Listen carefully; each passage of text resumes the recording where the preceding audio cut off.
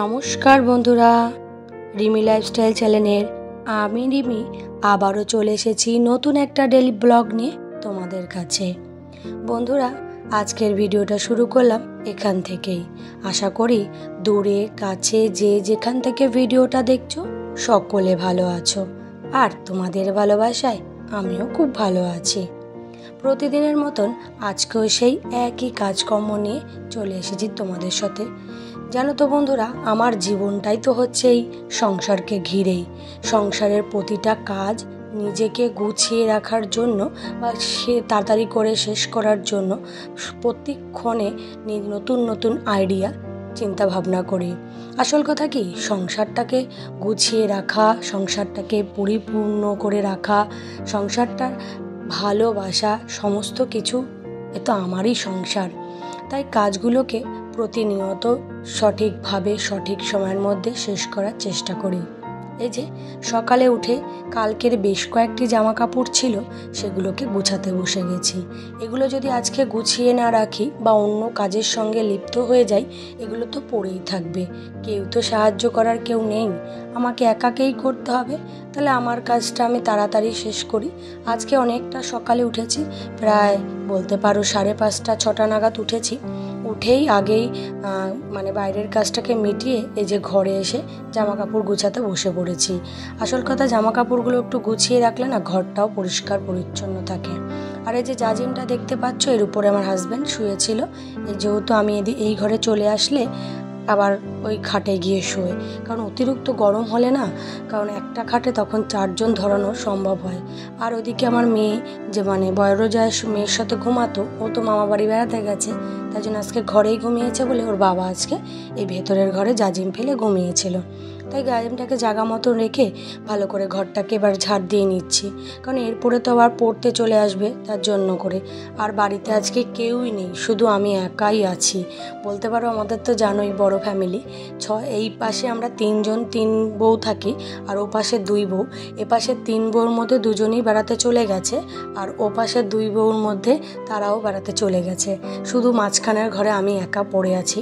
তাই উঠোনটা আজকে তাড়াতাড়ি করে ঝাড় দিয়ে নিচ্ছি। আজকে আর তো কেউ নেই, বাড়ির সমস্ত কাজও আমাকে একাকেই করতে হবে, তার সঙ্গে ঘরের সংসারের প্রতিটা কাজই আমাকে একাকে করতে হবে। যাই হোক, খুব খারাপ লাগে বন্ধুরা যখন সবাই বেড়াতে যায় না, নিজে যখন যাওয়ার উপায় থাকে না, তখন খুব খারাপ লাগে। যাই হোক, সেই খারাপের কথা তো তোমরা সকলেই জানো, আমার ভিডিওতে তো শেয়ার করা রয়েছেই। আর এই যে এদিকে ঘরে এসে বিছনাটাকে টান টান করে বিছনা কাঁথাগুলো এবার তুলিয়ে গুছিয়ে রাখছি। ওরা আসছে পড়তে, একটু দেরি হবে, তাই ভাবলাম ছেলে মেয়েরা সকলে উঠে গেছে, তা গিয়ে বিছনা কাঁথাটাকে তুলে ফেলি। আজকে কেউ বাড়ি নেই দেখে এরাও তাড়াতাড়ি উঠে ছাদে একটু 2 ভাই বোন খেলছে, আর ওর বাবা কারখানায় চলে গেছে। আসলে ভাইরাও তো বাড়ি নেই, তাই সকলেই আজকে মোটামুটি তাড়াতাড়ি উঠে গেছি। নাহলে এরা ওঠে অনেক দেরিতে, 8:30 বাজে, না 8টা বেজে যায়। তাও আজকে যেহেতু কেউ বাড়ি নেই, কারখানাও দেখতে হবে, তাই হাজব্যান্ড সকাল সকালই উঠে কারখানার দিকে চলে গেছে। তাই আমি ভাবলাম পড়াতে বসার আগে বিছানাটাকে তাড়াতাড়ি করে গুছিয়ে ফেলি। বিছানাটা গুছিয়ে ফেলার পর সঙ্গে সঙ্গে ওরা পড়তে চলে এসেছে। আমি ওদেরকে পড়িয়ে না ঘরটাকে আরেকবার একটু ঝাড় দিয়ে একেবারে ঘরটাকে মুছে ফেলেছি, কারণ ওদিকে রান্না বসিয়ে দিয়েছি। ডাল আর ভাত আর একটু বাঁধাকপি করব আর আলু ভাজবো, তার জন্য ওদিকে বসিয়ে দিয়েছি। আর এদিকে তার জন্য তাড়াতাড়ি করে ঘরটা মুছে নিচ্ছি। ডাল ভাত বসালে একটা দিকে সুবিধা হয়, ডাল সেদ্ধ আর ভাত বসিয়ে দিয়ে না বন্ধুরা একটুখানি ঘরের কাজগুলো টুকটুক করে সারা যায়। আগে অসুবিধা হতো, আগে যখন গিয়ে আমাদের কাঠের উনুনে হতো না, তখন ওই রান্নার কাজে থাকলে রান্নার কাজেই বসে থাকতে হতো। যাই হোক, দেখো ঘর মুছতে মুছতে ভাতটা হয়েই গেছে, প্রায় ফুটে উঠেছে। আর এইদিকে গিয়ে ডাল সিদ্ধ বসিয়ে দিয়েছি। ডালের একটা ধোয়াতে দেখো কেমন আবছা হয়ে গেল। যাই হোক, এই যে ডাল সিদ্ধ বসিয়ে দিয়েছি। এবার ডালটাকে একটু ভালো করে ঘেটে নিয়ে একটুখানি, এক হাতে হচ্ছে না যেহেতু এক হাতে ক্যামেরা আর এক হাতে খুন্তি, পারছি না যেহেতু কড়াইটাকে শক্ত করে ধরে নিয়ে করতে হবে, তার জন্য গলে নিয়ে জল দিয়ে দিয়েছি। আর এই যে এটা কিন্তু দেখতে পাচ্ছ রবিবারেরই অংশ। আসল কথা এইটুকুনি যা ছিল সেটা সোমবার সকালে, আর এই যে রবিবারের কিছুটা অংশ। যেহেতু একটা সাজানোরও তো বিষয় আছে, কখনো রাত দিয়ে ভিডিও শুরু করা যায় না, তার জন্য আমি সেজন্য এই অংশটা পিছনের দিকে দিয়েছি। এই যে আমরা স্বামী স্ত্রী দুজনে হাটে চলে গেছি।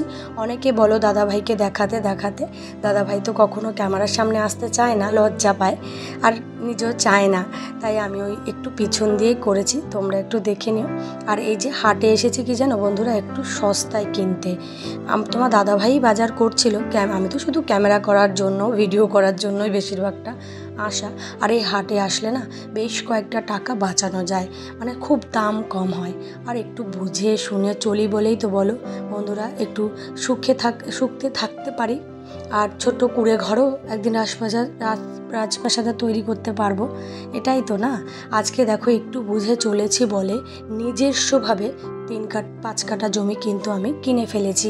বলতে পারো ওই জমিটা আমার নামে, পুরো আমারই পয়সা দিয়ে কেনা।